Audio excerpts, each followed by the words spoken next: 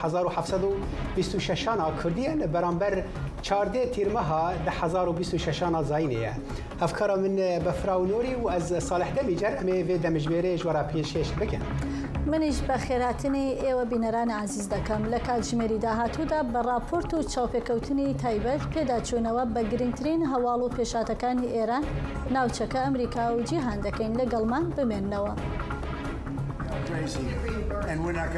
سەرۆک ترامپ دەڵێ تەنگەی هۆرمۆز کراوەیە بەڵام گەماڕۆدانی بەندەرەکانی ئێران دەست پێ دەکات. سەرۆک دۆناڵد ترامپ لە کۆشکە سپی پێشوازیە سەرۆکوەزیری عێراقی عەلی زەیدی کرد. ساڵێک دوای خوێناویترین ڕۆژەکانی سوەیدا برینی درەوزەکان هێشتا وەک خۆی ماوەتەوە. سەرۆکوەزیری ئیسرائیل بنجامین نەتەنیاهو هشیاری دا کۆ ئەگەر ئێران عێریشەکە نو بکە دێ ئیسرائیل بە توندی بەرسەوێ بدە.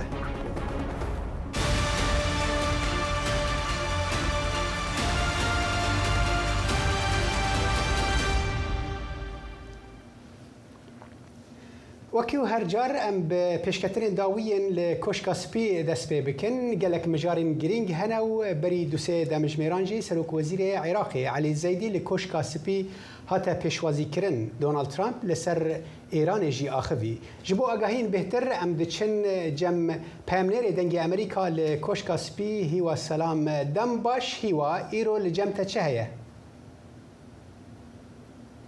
ئەم کاتت باش ساڵە کەمێک لەمەوبەر نیوەڕۆخوانەکەی دۆناڵد ترامپ سەرۆکی ئەمریکا بۆ سەرۆکوەزیرانی عێراقی ڕێخستبوو کۆتایی هات کە ژاوەی سیارەکانیان هەر لێرەوە تێپەڕین. ئەمڕۆ کۆبوونەوەیەکی گرنگ لە نێوان ئەمریکا دۆناڵد ترامپ هەروەها سەرۆکوەزیرانی عێراق بەڕێوە چوو لەو کۆبوونەوەیەدا چەندین مژاری گرنگ گفتوگویان لەبارەوە کرا. هەروەها کۆنگرەیەکی ڕۆژنامەوانی بۆ ڕۆژنامەنووسان بەڕێوە چوو وەکو دەزانن لە سێ ڕۆژی ڕابردوودا بۆمبارانی چڕی حکوومەتی ئێران هەروەها چەندین شاری ئێران کرا. لەو بارەیەوە دۆناڵد ترامپ بۆ ڕاگەیاندنەکان لێدوانیدا دیارە کەسێک دڵخۆشە لە پەنامەوە بۆ ڕاگەیاندنەکان لێدوانیدا و ئاماژەی بە چەندین تەوەری گرنگ کرد سەبارەت بە ئێران ڕایگەیاند کە ئەو سەدا بیستەی دوێنێ ئاماژەی پێدا بوو ئیتر جێبەجێ ناکات ئەمەش بەهۆی ئەوەی کە چەندین سەرۆک و شێخ و ئەمیری وڵاتانی عەرەبی پەیوەندیان پێوە کردووە و چارەسەری دیکەیان بۆ بابەتەکە خستۆتە ڕوو. با گوێ لە خودی قسەکانی دۆناڵد ترامپ بگرین فەرموون بزانین لەو بارەیەوە چی دەڵێت.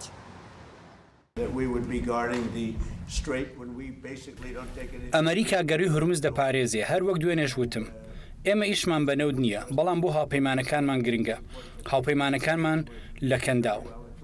دوێنێ کە وتم باش دەسەپێنم خێرا ئەمیر و سەرۆکەکانیان تەلەفۆنیان کرد و وتیان پێشنیازی دیکەیان هەیە.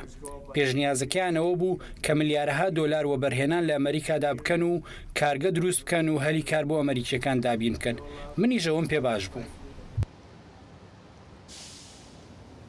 بەڵێ قسەی زۆر دەربارەی پەیوەندی نێوان ئێران و ئەمریکا کرا هەروەها دۆناڵد ترامپ جەختی کردەوە کە گەمارۆ دەخاتە سەر ئێران ناهێڵێت هیچ کەشتێک دەرباسی ئێران بێیان لە ئێرانەوە بەرەو جیهان بەڕێ بکەوێت چونکە ئەوەکو ئاماژەی پێکرد ئێرانەکان سوودیان لەو دەرفەتە وەرنەگرت کە دۆناڵد ترامپ لە ماوەی چەند مانگی ڕابردوودا پێیدان و سوودیان لە گفتوگۆکان وەرنەگرت. هەروەها بە بیری هێنایەوە کە گورز بەردەوام دۆناڵد ترامپ گورزی کوشندەی لە ئێرانیەکان داوە لە خولی یەکەمی سەرۆکایەتی قاسم سولەیمانی و هاوکارە عێراقیەکەی ئەبوو مەهدی موهەندیسی کوشتووە. ئەمەش بەم جۆرە پاڵپشتێکی گەورەی بۆ عێراق دابین کردو بە کوشتنی ئەوانە چونکە وەکو سەرۆکی ئەمریکا ئاماژێ پێکرد ئێران بەردەوام هەموو دراوسەکانی خۆی ئیزعاج کردووە بە عێراقیشەوە. هەروەها ئاماژەی بۆ کرد کە پەیوەندیەکانی لەگەڵ سەرۆکوەزیرانی عێراق خۆشن چونکە سەرۆکوەزیرانی عێراق بە ئەمریکا معجیبە و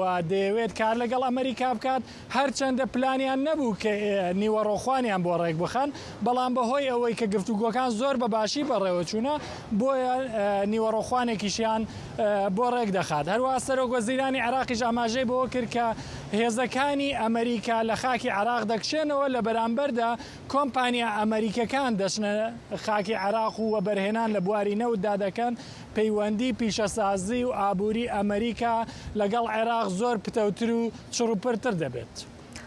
باشە هیوا وەک دەزانی بابەتی ئێران هێشتا زۆر گەرم و گوڕە و هەواڵەکان و زانیاریەکان تا دێن شتی نوێ دێتە ئاراوە.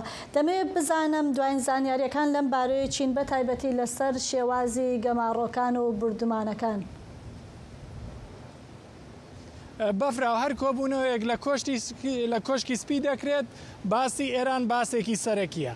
دۆناڵد ترامپ شەو ڕایگەیاند کە بردومانەکان بە چڕوپڕی بەردەوام بوون لە چەند ڕۆژی ڕابردوودا و بەردەوامیش دەبن. هەروەها گەمارۆژ دەخاتە سەر ئێران گەمارۆی تەواو بە جۆرێک کە وەکو کوردەواری دەڵێن هەر مێشولەیەک دەربازی نەبێت.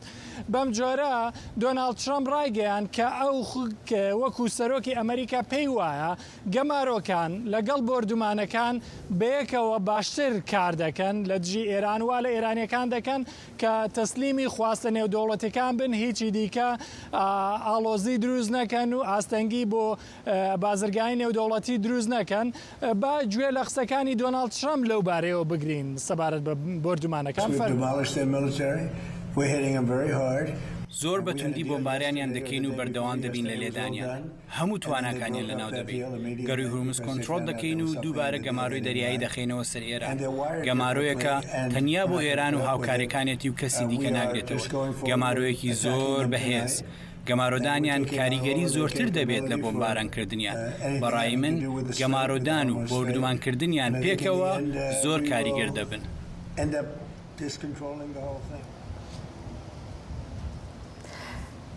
بەڵێ بەفرا بە گوێرەی ڕاگەیاندنەکانی کۆشکی سپی گەمارۆکان ئەم شەو بە کاتی کوردستان سەعات 11 شەو دەچنە بواری جێبەجێکردنەوە.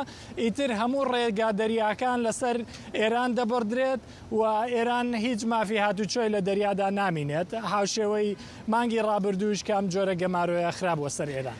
بەڵێ پامنێرە دەنگی ئەمریکا لە کۆشکا سپی هیوا سەلام سپاس بۆ ڤانزانیاریەنتە.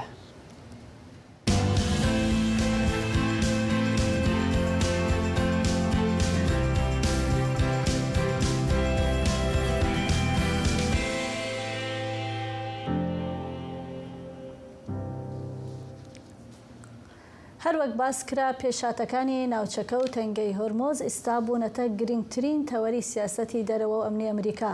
شان بەشانی ئۆپراسیۆنە سەربازیەکان هەنگاوە دیپلۆماسیەکانی واشنگتۆنیش بە خێرایی بەردەوامن و وەزارەتی دەرەوەی ئەمریکاش لە نزیکەوە بە دوواداچوون بۆ پێشاتەکانی ناوچەکە دەکات لە پەیوەندی لەگەڵ هاوپەیمانەکانی. سۆران خاتری پایامنێری دەنگی ئەمریکا لە وەزارەتی دەرەوەی ئەمریکامان لەگەڵە. سۆران دوایین پێشاتەکانی ناوچەکە و هەڵوێستی وەزارەتی دەرەوەی ئەمریکامان بۆ باس بکەمڕۆ. بەفرا و هێرشەکانی ئەمریکا بۆ سەر بنکە سەربازیەکانی حکوومەتی ئێران بربەیانی ئەمڕۆ سێشەمیش هەر بەردەوام بوو. سوپای فەرماندەی ناوەندی سوپای ئەمریکا لە ڕۆژهەڵاتی ناوڕاست سنتکام دەڵێ کە خولیکی دیکەی لە ئەم هێرشانە کۆتایی پێهێناوە. بربەیانی سێشەمە ئەم خۆلە چڕوپڕتر بوو نزیکەی 5 کاتژمێری خایان. سوپای ئەمریکا دەڵێ کە لە ئەم خولەی هێرشەکاندا بنکە سەربازیەکانی حکوومەتی ئێران لە بوشەهر، چابەهار، جاسک، کۆنارەک، ئەبوو موسا و بەندەر عەباس کردووەتە ئامانج بۆ ئەوەی کە توانای حکوومەتی ئێران بۆ هێرشکردنە سەر کەشتیەکان لە گەڕووی هۆرمۆز لاواز بکات. سیستمەکانی بەرگری کەنارئاوی و هەروەها ناوەندەکانی موشکی و درۆنی و تواناکانی دەریایی حکوومەتی ئێران ئامانجی سەرەکی ئەم هێرشانە بوون.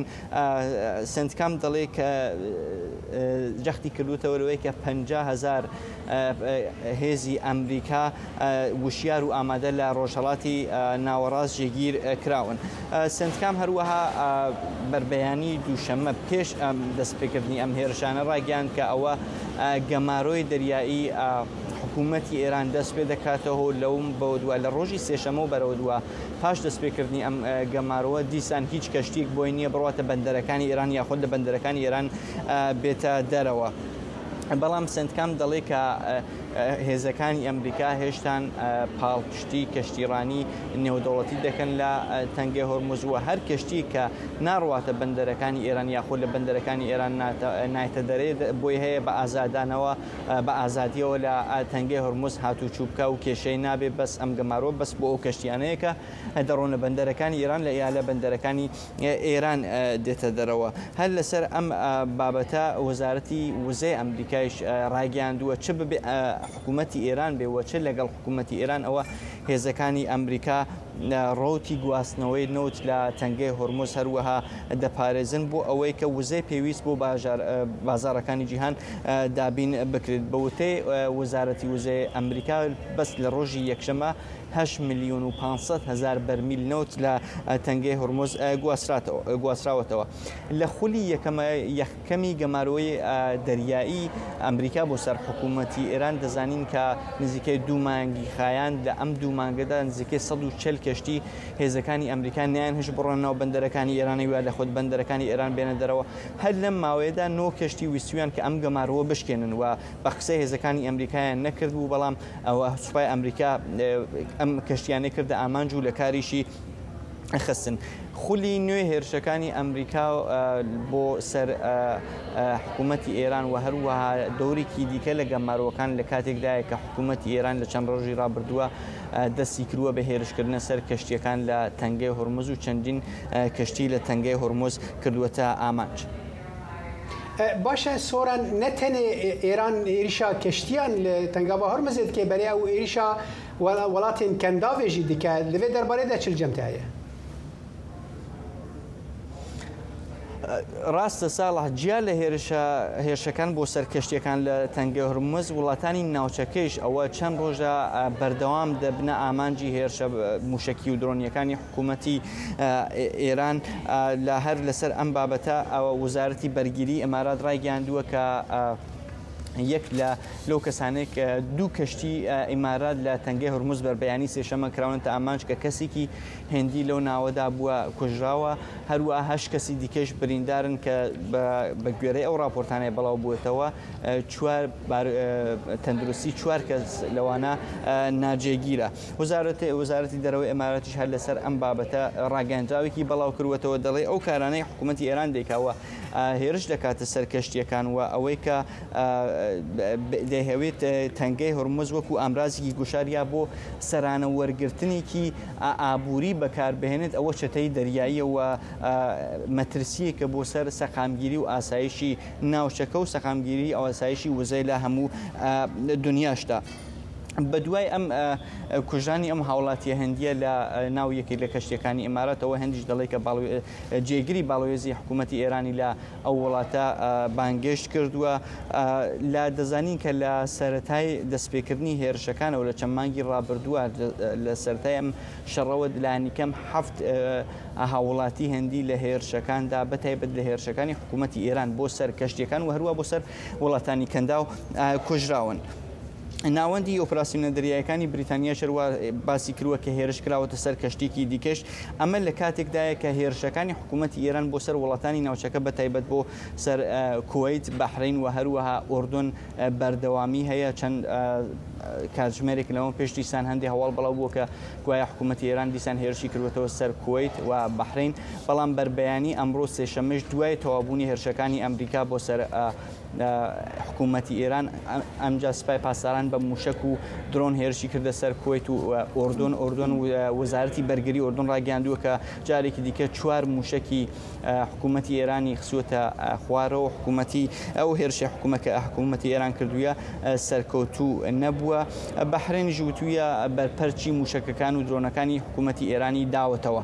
ئەم هێرشانەی حکوومەتی ئێران چە بۆ سەر کەشتیەکان چە بۆ سەر وڵاتانی ناوچەکە کاردانەوەیکی زۆری لێکەوتوێتەوە و ئیدانێکی زۆری بەدووادا هاتووە لە یەکی لە نوێترین کاردانەوەکانە ئەوە جۆزێف ئەون سەرۆکۆماری لوبنان کە لوبنانیش وڵاتەکەی خۆش یەکێکە لە قوربانیانی ئەو سیاسەتی ناوچەی حکوومەتی ئێران و تەداخلەکانی حکوومەتی ئێران لە وڵاتی ناوچەدا دەڵێ کە ئامانج لەم هێرشانە ئەوەیە کە ئاسایش و سەخامگیری ناوچەکە تێک بدرێت. سۆران خاتوری پەیامنێری دەنگی ئەمریکا لە وەزارەتی دەرەوەی ئەمریکا سپاس بۆ ئامادەبوونت.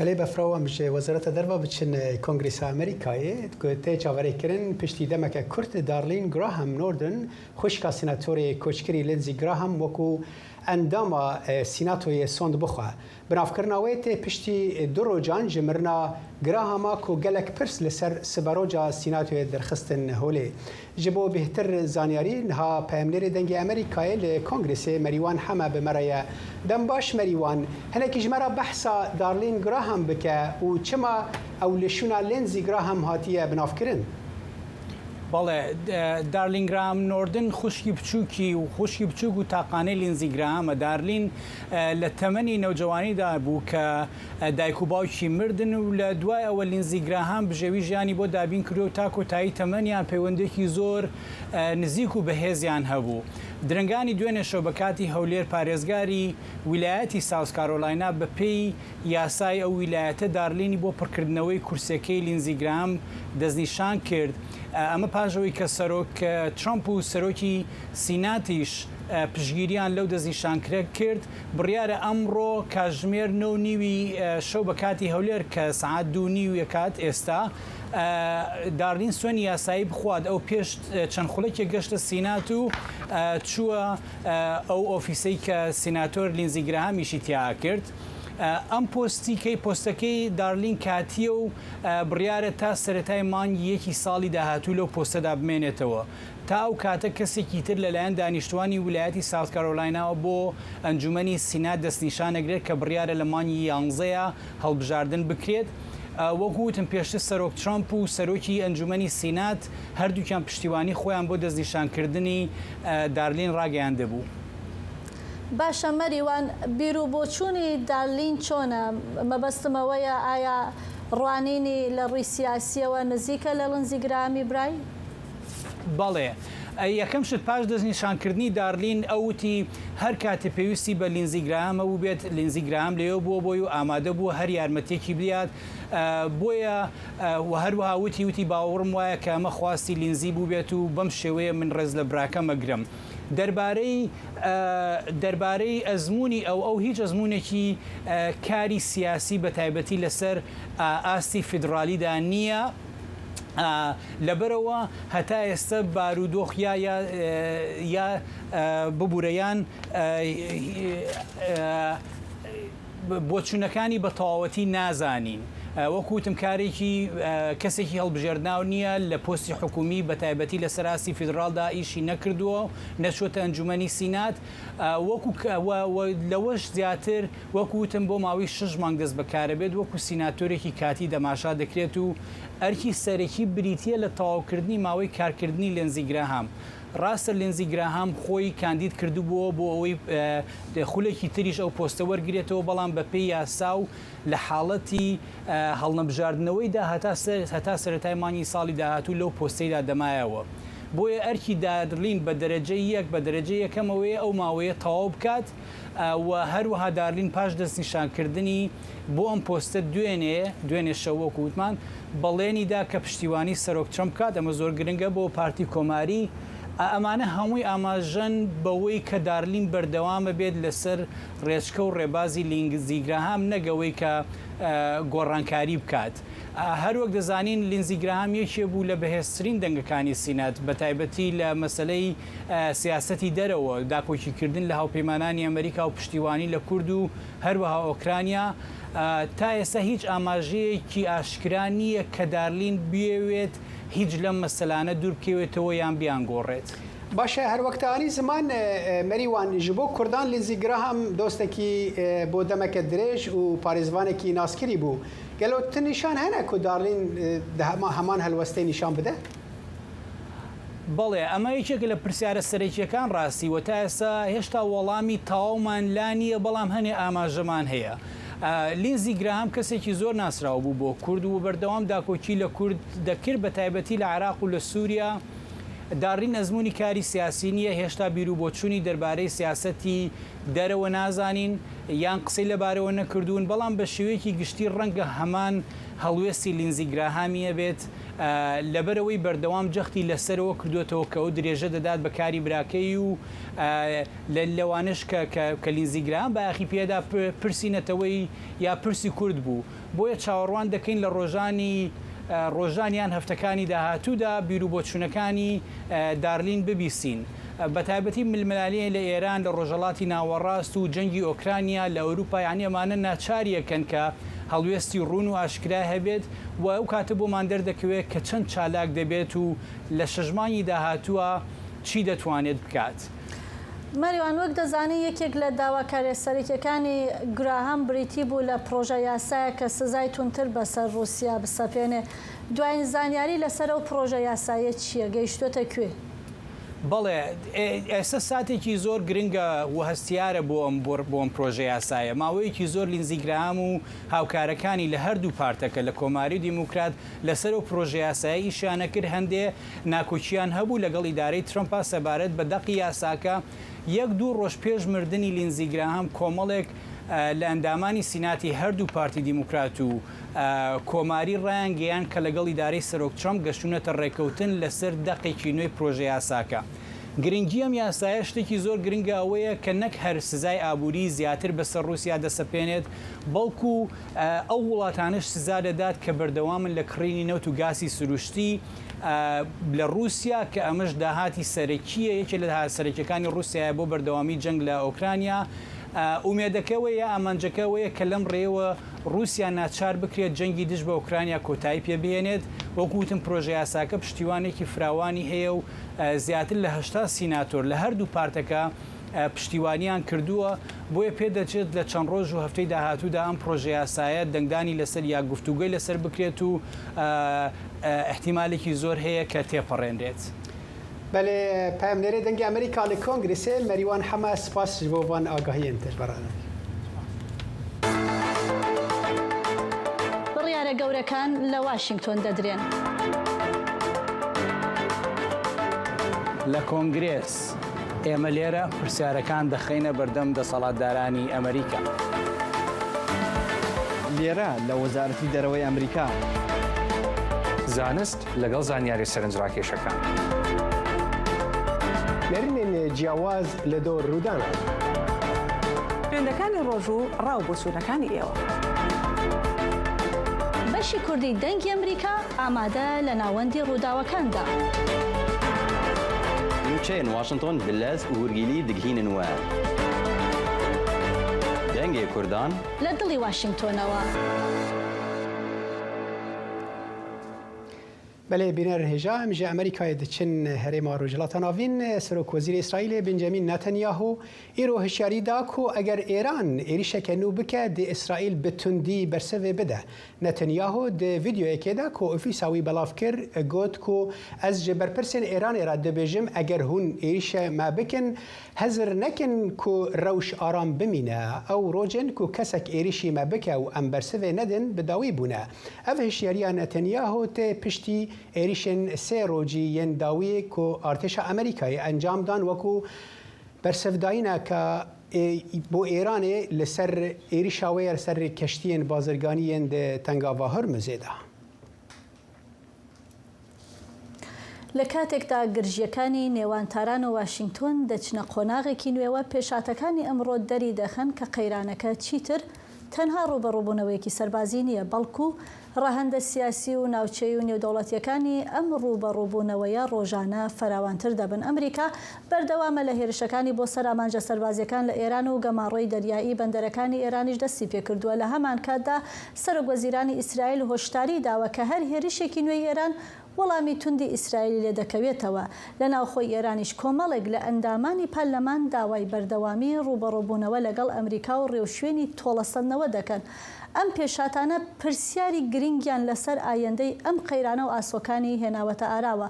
بۆ گفتوگۆ لەسەر ئەم بابەتە لەگەڵ دکتۆر فەرەیدون ڕەحمانی مامۆستای کۆمەڵناسی سیاسی لە زانکۆی یۆرک قسە دەکەین.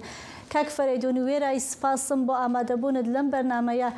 گەماڕۆی دەریایی بەندەرەکانی ئێران ئەمڕۆ خرايە بواری جێبەجێکردن. هاوکات هێرشە سەربازیەکانی ئەمریکاش بەردەوامن. بەڕای ئێوە ئامانجی سەرەکی واشنگتۆن چییە لەم هەنگاوانە کاک فەرەیدون؟ سلااو ڕێزم هەیە، سپاس بۆ داوەتەکەتان. بەڕاستی کێشەی سەرەکی ئەمریکا ئەوەیە کە دوو مەسئلەی گەورە هەیە. یەکێکی پلانی درێژخایینی ئەمریکا و وڵاتە پێشکەوتووەکان یا دەسەڵاتدارەکانی ئەوروپا و ئەمریکا لەگەل وڵاتانی ناوچەکە بۆ ئەوەیە کە بتوانن سەقامگیریەکی سیاسی استراتیژیک دروست بکەن بۆ هەڵس و کەوتی و تجارەتی نێودەوڵەتی لە ناوچەکە بەرفەراوان بکەن و هەمە لایەنەتر بکەن. لەو شێوازەکە الان هەیە. دوو مەسئلەی سەقامگیری و ئەمنیەت و ئاسایشی ناوچەکە بەتایبەت مەسئلەی ئیسرائیل ئەو گرنگیە کە ئیسرائیل الان کێشەی ئاڵۆزیەکی گرنگی هەیە لەگەل ئێرانەوە لە مێژەوە لە ماوەی ئەو 47 ساڵە سیاسەتی کۆماری ئیسلامی ئەوە بووە کە مداخلە بکە لە ناوچەکە و هەروەها سیاسەتی ئیسرائیل بتوانێت بە شێوازێکی خۆی دەیوێت کۆنتڕۆل بکە و تا ڕادەیە کە حتا باسی کردووە کە ئیسرائیل لە ناو بچێت. ئەوەیە کە ئەو مەسئلە هەم لە بواری سیاسەتی نێودەوڵەتی ئیسرائیل و ناوچەکە و هەروەها لە مەسئلەی سەقامگیری ناوچەکە بەگشتی و خەلیجی فارس یا گەڕۆی هورمز بۆەوەی کە تجارەتێکی ناوچەکە بەرفەراوانتر بکرێت. دوو کێشە باشە دکتۆر فەرەیدۆن، باسی مەبەستەکانی واشنگتۆنمان کرد.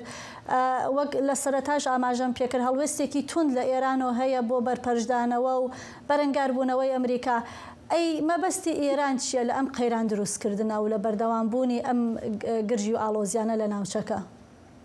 بڵێ کۆماری ئیسلامی تەنیا و یەکم حکوومەتی شیعەیە لە دنیا کە لە بناغەی شیعی ویلایەت فەقیه و 12 ئیمامی یا ئیسنا عەشەری دروست بووە و نایەنوێ ئەو سیستەما تەنها حکوومەتێکە کە بەو بناغی فکریە و دروستکراوە بڕوخێت و بۆ مانەوەیکی دەبێت سیاسەتێکی جیاواز لە سیاسەتی ئیسلامی سنی مینستریمی ناوچەکە ببێت. وڵاتانی ئیسلامی ئەهل سنت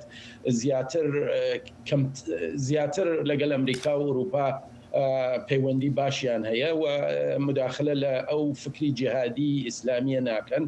کۆماری ئیسلامی بۆ مانەوەیە دەیوێ ئەو پایگای فکری خۆیە بخاتە جێ کە بتوانێت بمێنێ. ئەوە یەکە مانەوەی کۆماری ئیسلامی تەنیا بەر ئەساسی ئەو شێوازە فکریە تئۆلۆژی جیهادی ئیسلامیەیە کە فکری تەشەیوعی 12 ئیمامیە. ئەوە یەکە لابردنی ئەو فکرە نەمانی کۆماری ئیسلامیە. کۆماری ئیسلامی لەو 47 ساڵە بە بناغەی سدوری ئینقلاب و ناوبردنی ئیسرائیل و شەڕ لەگەلی ئیمپریالیزم و ئەمریکا و ئەوانە.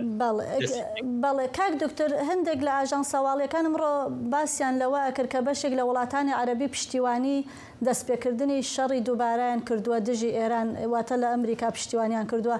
ئەگەر شتێکی لەم شێوەیە دروست ببێ ئەمە چی گۆڕانکاریێک لە ناوچەکە دەهێنێتە ئارەوە بەڕای جەنابەت؟ شەڕەکە بەرفەراوانتر دەبێت 100%. بەڵام ئایا کۆماری ئیسلامی توانی ئەوەیە هەیە کە بتوانێت وەکی دەوڵەتێکی سەقامگیر کە هێزێکی سەقامگیر و سیاسی و بەرفەراوانی هەیە نظامی بەرفەراوانی هەیە بتوانێت بربەرەکانی بکە بۆ ماوەیەکی درێژخایین؟ من باوەڕ ناکەم بە دوو دلیل. یەک مەسئلەی مەحدودیەتی ماڵیە کە حتا ئەو شەڕە تەسیرێکی منفی لەسەر ئەگەر ناوچەکە ئەوەندە نەبێت، بەڵام 100% لەگەل چینی چاکێشەیت بۆ دروست دەبێت، چون مەسەلەی هاتوچووی ئەو وزە و نەوت و مەنابعی خامی تەبیعی بۆ چین زۆرینەی لەو ناوچە دەڕوات. ئەوەیە کە بەرفەراوانبوونی ئەو شەڕە بە قازانجی حتا چین کە پشتیوانی کۆماری ئیسلامیە نییە کۆماری ئیسلامی پارەی بە تایبەت بەردەوامبوونی ئەو شەڕیە نییە دوو ئەو شتەکە دەسەڵاتێکی یەکگرتوون نەماوە لە کۆماری ئیسلامی ئەلعان شەڕێکی بەدەستکردنی دەسەڵاتی سیاسی هەیە یعنی ناکۆکیەکی سەداسەد پنهان و لە پشتەوە هەیە ئەوەیە کە کۆماری ئیسلامی من پێم وایە بە تایبەت کات دەبینین کە زۆرینەی خەڵکەکە تەداومی ئەو سیاست و ئەو بەردەوامی ئەو حکوومەتە بەو شێوازیانە نییە من پێم وایە کۆماری ئیسلامی توانی بەردەوامبوونی شەڕێکی بەرفراوانی نابێت ممکنە چەند هەفتەی بخایەنێ بەڵام بەردەوام نابێت. باشە کاک دکتۆر کەواتە ئەگەر ئەم دۆخە بەردەوام بێت گرنگترین سناریۆی بەردەم ئێران و ناوچەکە چینە یا گەڕانەوەیە بۆ سەر ڕێبازی دانوستان یان هەردوو لا بەرەو ڕوبەڕووبوونەوەیەکی درێژتر هەنگاو دەنێن. کۆماری ئیسلامی بە جوانی دەزانێت ئەگەر بڕۆیەتە سەر مێزی مزاکرە باشتر لەو شتەیە کە ئۆباما کردی لە 2016 و 17 قەتعەن نابێت ئەو شتەکە ترامپ هەڵی وەشاندەوە دەبێت مەسئلەی بە ئەلعان کاتی ئۆباما مۆزوعەکە زۆر گرنگ نەبوو مداخلەی کۆماری ئیسلامی و مێهوەری مقاومەتەوەوانە ئەلعان یەکێ لە باسە ئەسلیەکان نەتەنیا بۆ ترامپ بۆ ئیسرائیل و بۆ ناوچەکە مداخلەی کۆماری ئیسلامی لە یەمەن و عێراق و سووریە هەر ئەلعان عەلی زەیدی لە کاخی سفیدە لە وايت هاوسە ئەوەیە کە تۆ دەبینی ئەلعان کۆماری ئیسلامی فشارێکی سەداسەدی لەسەریە بۆ ئەوەیە کە یەک لە ئەهرۆمە سەرەکیەکانی سنووری ئینقلابی خۆی بەدوا بڕوات یا جێبێڵێ ئەو سیاسەتەوە ئەوە یەنێ ڕوخانی فکری و ئایدیۆلۆژیای کۆماری ئیسلامی تۆ کاتێک نەتوانی ئەتومیت ببێت هێزی ئەتومی دروست بکەیت ئەو شتەکە لە کاتی ئۆبامایش مەطرح بوو بەڵام ئەلعان فراتر لەوەیە تۆ دەبێ دەستبەرداری لە دەست هەڵگری لە مداخلە لە عێراق و سووریە و یەمەن و ناوچەکە مقاومەت لە ناو دەچێت تۆ فشاری ماڵیەکی وەشەناکیشت لەسرە ئەوەیە کە من فکرەکەم ئەگەر کۆماری ئیسلامی بێت و ئیمزایەکی دائمی بکات لەسەر ئەو موافقەتە خۆکوژیەکی سەداسەدە و دەبێت لە ناوەوە وەڵامی کێشەکانی ناوخۆ بدات بەشێک لە حکوومەت و دەسەڵاتیش کە ئەلعان شەڕیانە بۆ یەکگرتو کردی یەکگرتنی یەک پارچەکردنی دەسەڵات ئەوەیە کێشەیان لەگەڵ کۆماری ئیسلامی یا بەشەکانی دیکە ئەوەیە کە ئێوە دەتانوێت ئەو ئایدۆلۆژیە لابن و سەداسەد کێشەیەکی سەرەکی دەبێت. بەڵێ زۆر سپاس فەریدون ڕەحمانی مامۆستای زانکۆی یۆرک لە بواری کۆمەڵاتی سیاسی سپاس بۆ ئامادەبوونت کاک دکتۆر. زۆر خۆشحاڵ بووم. بڕیارە گەورەکان لە واشنگتۆن دەدرێن. لە کۆنگرێس ئێمە لێرە پرسیارەکان دەخینە بەردەم دەسەڵاتدارانی ئەمریکا. لێرە لە وەزارەتی دەرەوەی ئەمریکا زانست لەگەڵ زانیاری سەرنجڕاکێشەکان نەرینێن جیاواز لە دۆر ڕوودانە خوێندەکانی ڕۆژوو ڕاو بۆ سوونەکانی ئێوە بەشی کوردی دەنگی ئەمریکا ئامادە لە ناوەندی ڕووداوەکاندا نوچەیەن واشنتۆن بلەز و هورگیلی دگهینن وە دەنگێ کوردان لە دڵی واشنگتۆنەوە. د چارچوبی سردان سەرۆکوەزیری عێراقی عەلی زەیدی بۆ ئەمریکایدا سەرۆک ترامپ لەگەڵ لە کۆشکا سوپی لەگەڵ وی بەرسەوە پرسێن ڕۆژنامەواناندا و هەردوو سەرکردەیان بەحسا خۆردکردنا تێکیلێن ئابووری بەرفرەهکردنا هەفکاریە ئەنەرژیە و پێشخستنا هەفپاریە استراتێژیکا دەمدرێژ دناوەرە ئەمریکا و عێراقیدا کرد. د بەرسەوە پرسێکێدا دەربارەی ماینا هێزن ئەمریکا عێراقی سەرۆک ترامپ وها بەرسەودا.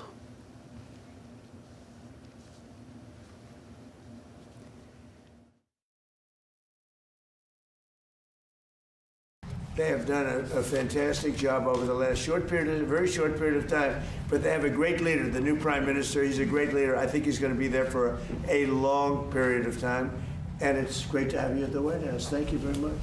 Thank you. Thank you. And he's a young man.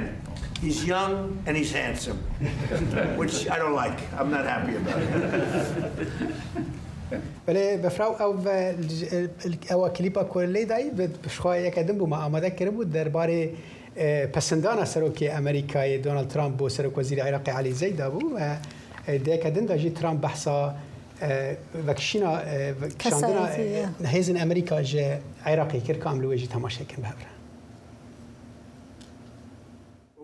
از با ناکم هوجداریا مهابا کولشکر ایدیلوی داره بمینن. ما دست به چالاکیک مزن کریه. گله کمپانیای مین مزن ده هفکاری به عراق راکن و ده روش باش بید. تکلین ما ده باش بنو هوجداری مانا لشکران نابید. بله جبو ببیجن آگاهی بهتر دوید درباره ده هفکارا ما سمیرا بالایی لوی داره بو سمیرا تبخیر هاتیت کوی کنفرانس روزنامه‌نویسی بوی هنه کیش مرا بحثا کشو هوا وی کنفرانسی بکم ملور لیگو دارید کرد لیوها دیار بو کشو هوا که خوشه ترامپ هر دم خوش دکه راز بیجی باور بکه کشو هوا واشنطن دی سی چند گرم بو او قاس پیشوازی سروک ترامپی بو سروک وزیر عراق علی زیدی گله گرم بو خل بردرگهی دماوی پیشوازی آوی کری بخیرات ناوی کری پس ناوی کر برانبری روزنامه‌وانان و پشترا امچوینا لجورا جویناوان پشی جویناوان خلاص بوی ام چوینا هندور بسیار جهات نکرن سروک امریکا ترامپی گلک پشتگیریا خوش بو سروک زیدی نشان دا و گوت او سروک بهزه او نتنج بو عراق بلکو کسایتیه که گلک بهز لروش هلاتا ناوین و يرولك مظن بالليزه گلک هرگلی سروی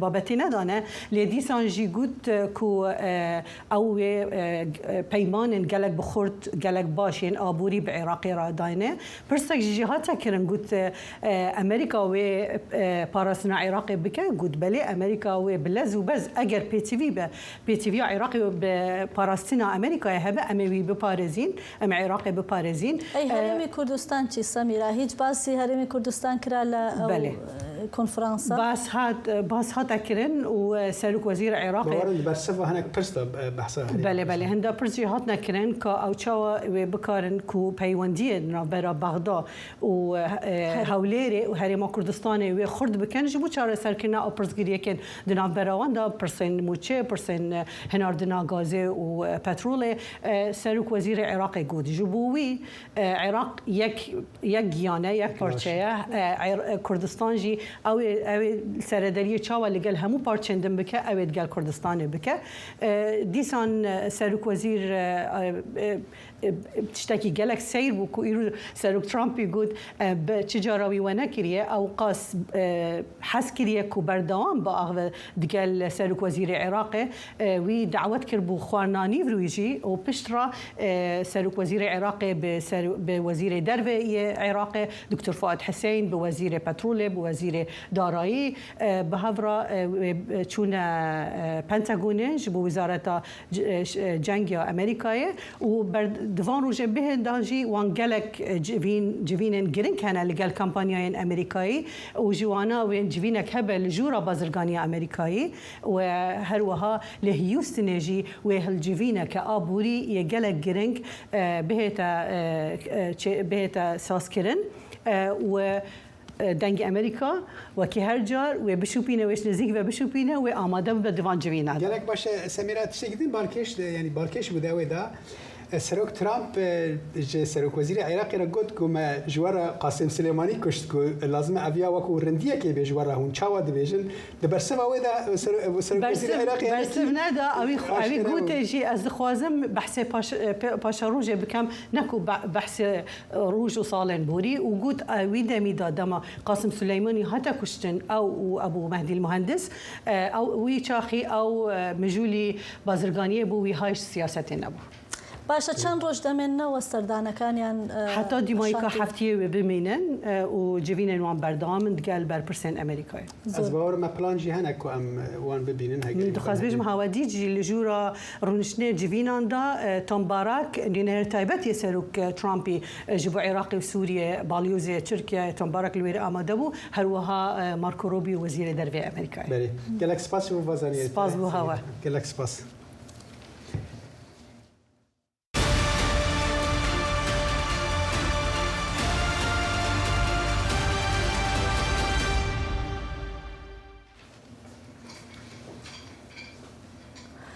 ئەمڕۆ چواردەی مانگی حوتە ساڵێک بەسەر دەستپێکردنی خولێکی نوێی توندوتیژیەکان لە پارێزگای سوێدای سووریا تێدەپەڕێ کە یەکێکە لە خوێناویترین ڕووداوەکانی ساڵی ڕابردووی ئەو وڵاتە.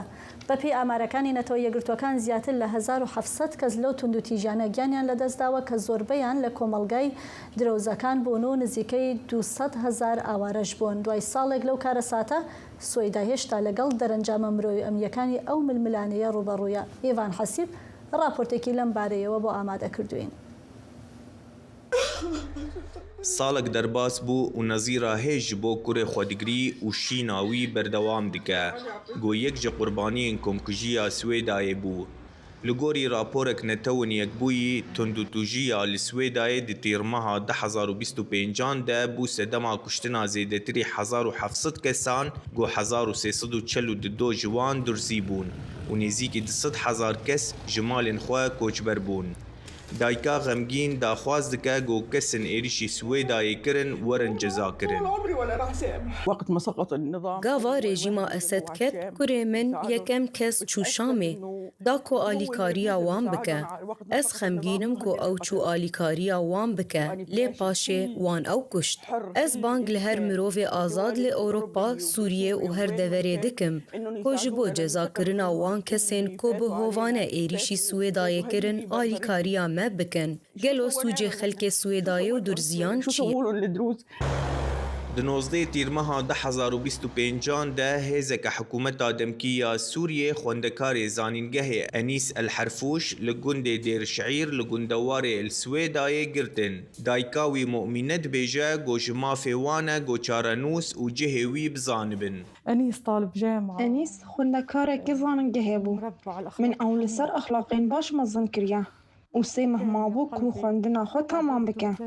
Ez dixwazim wî bibînim, dengê wî bibihîzim û cihê wî bizanim.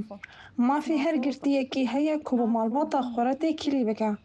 Em dixwazin bizanin kurên me bi çi tawan û çi sûc hatine girtin.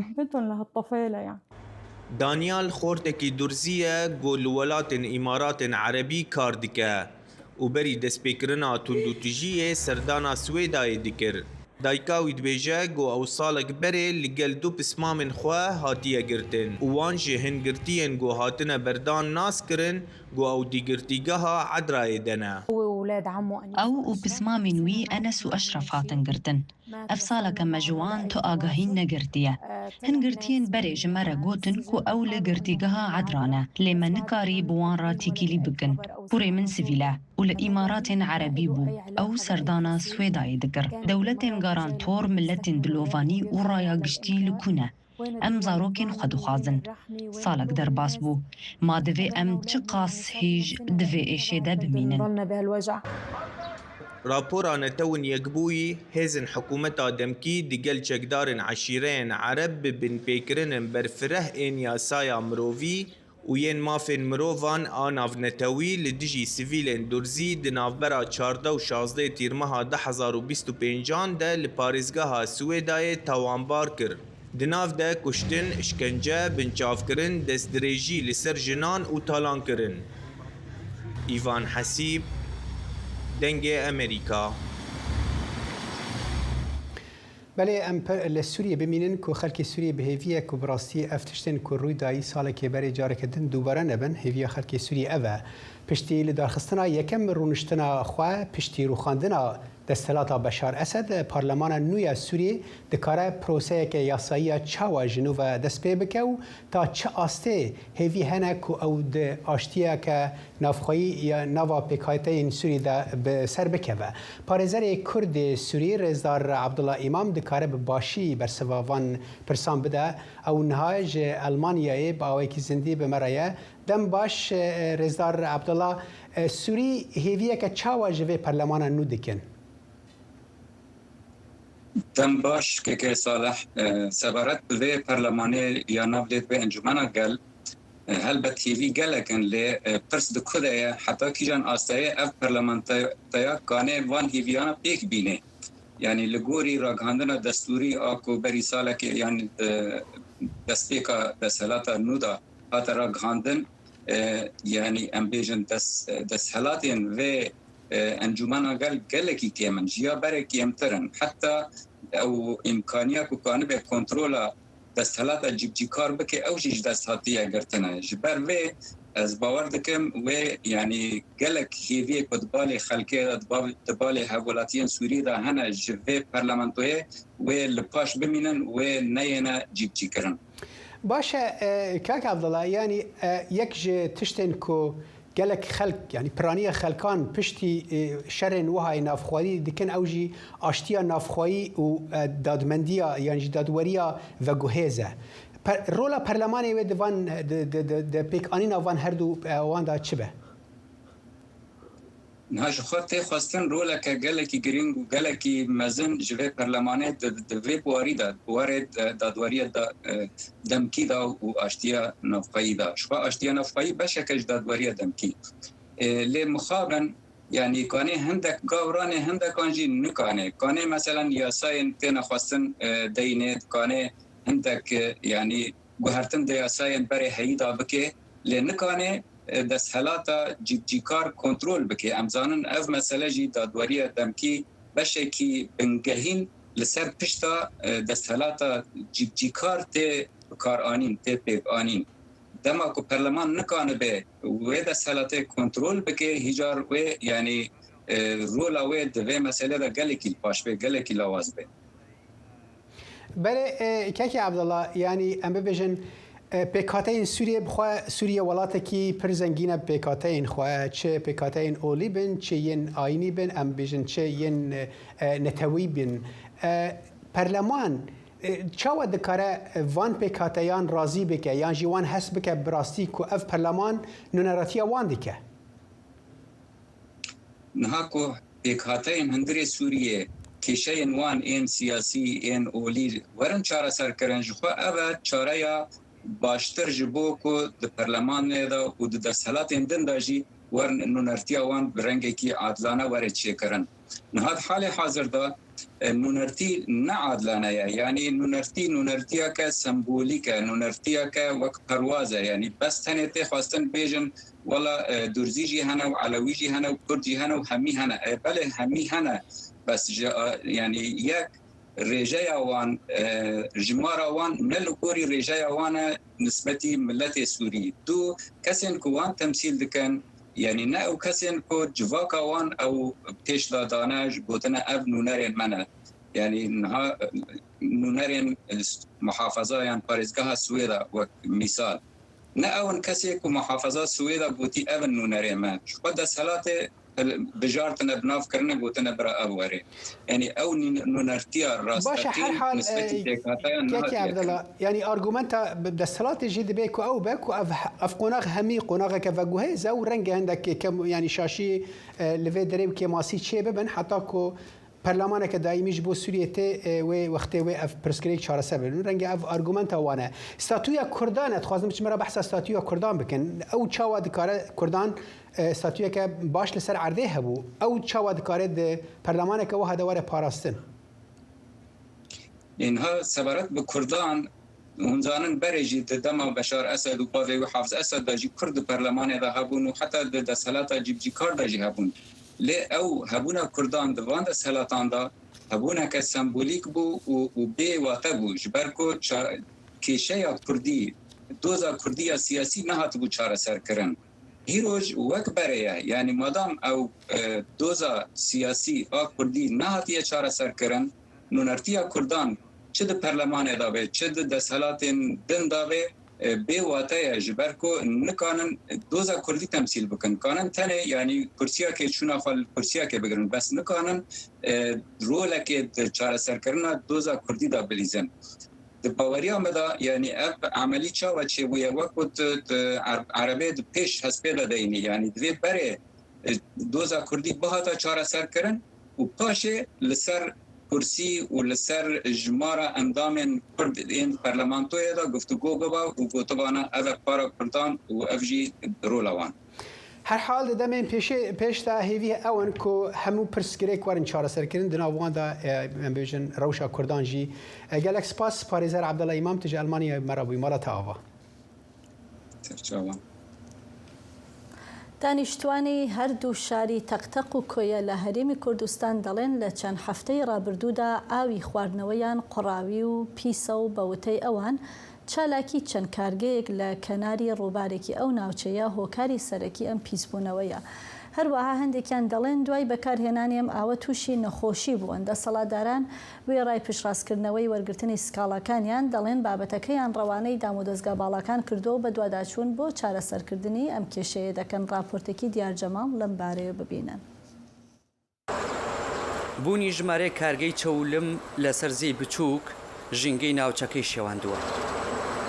ئاوەکەی بە تەواوتی لێڵ کردووە و گرفتی گەورەی بۆ ئاوی خواردنەوەی ماڵان لە سنووری هەردوو شارۆچکەی تەقتەق و کۆیە دروست کردووە. هاوڵاتیان لێرە داد و بێدادیانە لەدەست خراپی کوالیتی ئاوەکەیان و داوای چارەسەری بەپەلە دەکەن. مام تاریق یەکێکە لە دانیشتوانی ناوچەکە. ئەو ناچارە زووزوو تانکی سەربانی ماڵەکەی لەو نیشت و قوڕەپاک بکاتەوە کە ئاوەکە جێ دەهێڵێت. هەمووی تووشی نەخۆشی بوو.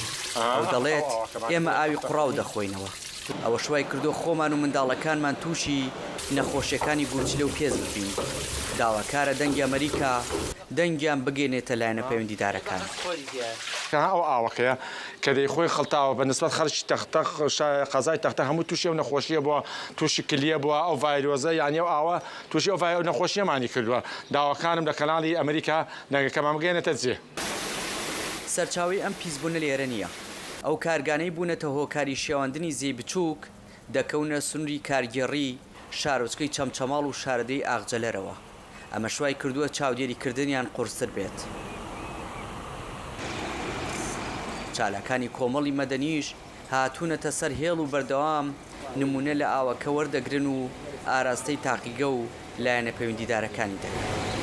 لێغبوونی ئاوی زەی بچوو کاریگەری نێگەتیفی بەسەر ژیان و تەندروستی هەموو خەڵکی ئەو ناوچانە هەیە کە کەوتونتە لێواری زەی بچووک کە لە ئەنجامی کارکردنی غەسالەکان و زیادبوونی زەی ئاوی زەی بچووکە کە قوڕاو هەڵدەگرێتە خۆیەوە کاریگەری خستۆتە سەر مەشروع ئاوەکانی تەقتەق و کۆیەش کە ئەو ئاوە بە خاوێنی نەگا بەدەستی هاوڵاتیان کە بۆتە هۆی سەرهەڵدانی چەندین نەخۆشی وەکو بەردی گورچیلە و کۆمەڵی نەخۆشی تر کاریگەریەکەی ڕوونەکە لە نەخۆشخانەکان داتاکان بڵاو کراونەتەوە. بەرپەرچەدانەوەی فەرمی لە ئاستی کێشەکەدانە. بەڕێوەبەرایەتی پاراستنی تەندروستی کۆیە گەرچی نمونیان لە ئاوەکە وەرگرتووە، بەڵام ئامادە نەبوون هیچ لێدوانێک لەو بارەیە بدەن و ڕێگریشیان کرد لە وێنەگرتنی سەردانە مەیدانەکانیان. لە بەرامبەردا بەرپرسانی ئیدارەی تەقتەق نووسراوی فەرمیان ئاراستەی لایەنە باڵەکان کردووە بۆ ڕاگررتنی کارگەکان. بۆی ئەو شێروبوونەوە چای بیرەکانمان لە 150 وەستاوە ئەوەش بووتە گرفت بۆ ئێمە ڕۆژانە چەند کاژمێرە پرۆژەکانمان تەوەسێت بۆی ئەو شێلوبوونە. بۆی نووسرامان بۆ بەرز قایمەتی قەزای تەقتەق تەلەویز لای خوانەوە نووسرایی بەرز کردێتەوە بۆ قەزای چەمچەمار و ناحیە ئاغجەلەر لەبەر ئەوەی کاریگەری چەولمەکان لە سنووری ئەو بەرن هەرچەندە ئێمە کلۆریش بەکاردێنین بەرەم لە ڕووی ڕەنگ و بۆنەوە ئاوەکەمان وەک پێویست نییە پیس نییە بەڵام شێلو بۆ ئاوەکەمان. بە پێی دوایین ئامارەکان ژمارەی دانیشتوانی تەقتەق نزیکەی 45,000 کەسە. ئێستا بەشێکی زۆری ئەم دانیشتوانە لەبەر مەترسی نەخۆشی پەنایان بردوۆتە بەر کڕینی ئاوی تانکەر و ئاوی کارتۆن. ئەوەش بارگرانێکی دارایی گەورەی بۆ دروستکردون و چاوەڕوانی ئاوردانەوەی بەپەلەی حکوومەتن. دیارجەمال دەنگی ئەمریکا تەقتەق.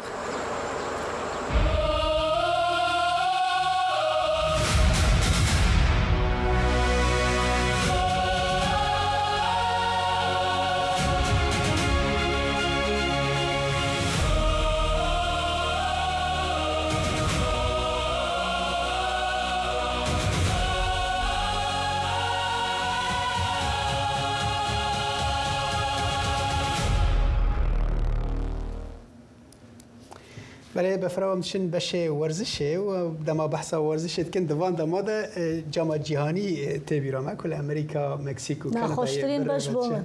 بو خوشه چاوا و سیروان همه خوش بکنش طرف بفرام خمین نخواه. به مرا سیروان إيرو ياريا فرنسا وإسبانيا هي ياريا كبهزة يعني وشافرت كاس نزاني وشافرت شبه بأنجام تشتفي دربارين هي. قالك سباس صالح براستي تظن تشتكي جيرد بيجن ديبرشن بشتي جامعة جيهاني وهذا تشتكي راستية نحنك جيرد بيجن بإنجليزي جيرد بيجن بوست تورنمنت بلوز نها أم بوي قناغي كسي وك منوتا دوي قناغي درباز دبيجبر و ديبرشن هان يكسر بشتي جامعة جيهاني دس بير درباس نا واش ما جيرز قالوا ام هلبت هدي بر بداويا في جامعة جيهاني دتشن و تي اف جي تي وي واتي كو اصلا جوش و كلاجاني بلنتر دبا دو قناغا نيف فينالي ديان جيا بشتي فينالي ايرو سيشم انكو بشتي چند خله كان براستي دي ليستيكا فرنسا و اسبانيا الاستاديوم باجار دالاس يا تكساس اللي دار بكفه فرنسا هي فيديكو بسركفتنا كي لهمبر تيما الماتادور بو جارا دوم لدو هف جهه خود ماچا داوي يا جاما جيهاني ده مسوغر بك نها جي بريز دانا حما كريم نو بجيواني ناف نتوية فوتبولج بلجيكا بمرية كك دانا نظانم كك دانانها بمرية نب مرية از نظانم بس ديارة آمادية كك دانا تبخير هاتي قالك سباس بو بجدارياته چند خلق مانه و نیو فینالی دست بید که کاک دانا بکرتی تچه چاورید که کو دوی یاریا هاند ببینید ناورا اسپانیا و فرنسا دو تیمن گورین اروپایی و جیهانی. بله با دلنیای وکاک سیروان هر وکو ازانین ام دو تیپ ام چوار تیپی که گشتونه ته چوار گوشه زیرین فرنسا و اسپانیا و انگلترا و ارجنتین اتوانم بڵێم هەمویان باشترین تیپەکانی ئەم پاڵوانیەتێ بوون هەرچەنە ئەرجنتین تۆزێک مشتومڕ لەسەری هەیە و هەروەها یاریەکانی قۆناغەکانی تۆزێک ئاسانتر بوو بەڵام تیپەکانی تر بە تایبەتی ئەوەی بەرەکەی ئەو بەریان کە حسابمان کرد ئەوسا زیاد لە چەند تیپێکی ئەوروپی گەشت بوونە قۆناغەکانی با بڵێن لە قۆناغی 32ەوە 11 تیپی ئەوروپی کە گەشت بوونە لایەک و ئێستا ئەم دوو تیپەی کە سەرکەوتون فەڕەنسا و ئیسپانیا زۆر شایستن کە تەنها بۆ بەبیرهێنانەوە بەم یاریەکەی بەلجیکاوە تیپی ئیسپانیا 36 یاریە لەسەر یەک نەدۆڕاوە چەند یاریەکی یەکسانبوونی هەبووە بەڵام تەنها لەم پاڵوانێتیشە یەک گۆڵی لێکراوە تیپی ئیسپانیا ناسراوە بەوەی وەکو لەبەرەوەی زۆربەی یاریزانەکانی یاریزانێنی یانەی بەرشلۆنەن تۆپ زۆر لای خۆیان ئەهێڵنەوە یانی ئەتوانین بڵێن ئەگەر بێتەوە یادمان لە یاریەکەی بەلجیکا 66% کۆنتترۆلی تۆپیان هەبوو بەلجیکا تەنها 32% بەڵام ئەمە مانای وانە کە زۆر باشترن بەڵام تۆپ ئەهێڵنەوە و ئەم شەو چاوەڕوانەکەین کە یاریەکی زۆر بەهێز ببینین ئەگەر بەنسبەت کەکدانا تکارە بێژە هەردوو تیم دە هەمان ئاستی دەنێک پشتی بۆ گەشتنە vê قۆناغا پێش کۆتایی بە دڵنیاییەوە بەڵام تۆزێک چانسی فەڕەنسا زیاترە ئەتوانم بڵێم 60 بەچلن یعنی بە بۆچوونی من 60% چانسی فەڕەنسا زیاترە بۆ برنەوە وەک لە ئیسپانیا بەپێی ئەوەی کە تیپەکەی فەڕەنسا زۆر دەمێکە بە یەکەوە یاریەکەن زۆربەی یاریزانەکانی پاڵانێتێکی پێشووە لەگەڵیانە ماوەتەوە و بەبوونی ئەمپاپێ و چەندین یاریزانی باش هەرچەنە لە ئیسپانیاش بە دڵنیا و یاریزانی زۆر باشوانەیە ڕووکوتم ئەم دوو تیپە شایستە بوون بۆی کە بگەنە ئەم یاری پێشکۆتاییە لەم پاڵانێتی هەیە باشە کاکدانا نەها gelek pirsgirêk li ser mesela navbijwaniyê hatkirin tu çaverêt kir ku pirsgirêk divê qonağê bê herî kêm di van her sê çar yariyên mayî de pirsgirêkên navbijwaniyê de hebin نا لە ڕاستیدا ئەو مشتومڕی کە لەسەر ناوژیوانان هەیە لە هیچ پاڵانێتێکە کۆتایی نایە بەڵام ئێمە ئەگەر ئیشەڵا لە فرسەتێکی کە توانیمان ئەو مشتومڕانە چییە هۆکارەکان ئەوەیە کە بە یەک معیار بە یەک پێوانەیە لە پاڵانێتێکیان ناڕات بۆ نمونە لە یاریەکە ئەگەڕێنەوە بۆ ڤار بەڵام سێرەکە لە یاریەکەی بۆ نمونە یاریەکەی ئەرجنتین و مەسەر گەڕانەوە بۆ ڤار لەبەرەوەی فاوڵێک 25 چرکە پێشتر ڕوویابوو بەڵام لە یاریەکەی ئینگلتەرا و نەرویج دوایەوەی فاوڵێک لەسەر هاریکین کرا و دوای چرکە گۆڵەکە کران نەگەڕان ئەم تۆزە هەرچەنە ئەمڕۆ ئەو ناوژیوانی کامیاریە بەڕێوە کاکدانا ببوورە مخابن کات لێ دەکەی داوی بوو گەلێک سپاس هەلبەت چەند خولەکمانێک و یاریە فەرەنسا و ئیسپانیاش دەست پێکە مێ بە هەورە تەماشا بن کاک دانا و مێ ڕۆژەکەتن بەحساوی بکن ساڵح و بەفراوەز بەدگەرم جەموە گلک سپاس سیروان جبوفان زانیاریان تا و میوان تا بینر هجام لفرجی دکن داویا و برنامه حتی جاره کدن هر شاد و بختور بن.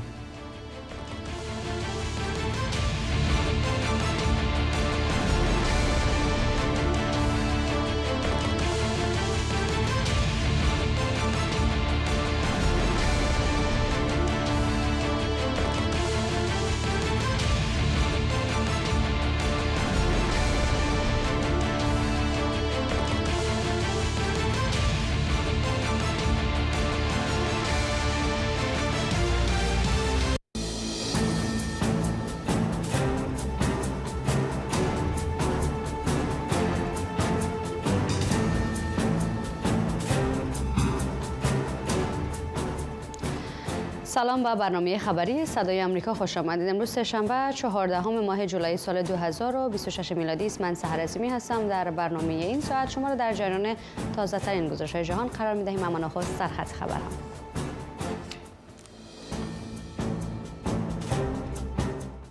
اردوی ایالات متحده آمریکا اعلام کرده است که محاصره تنگه هرمز را روز سه‌شنبه دوباره اعمال می‌کند.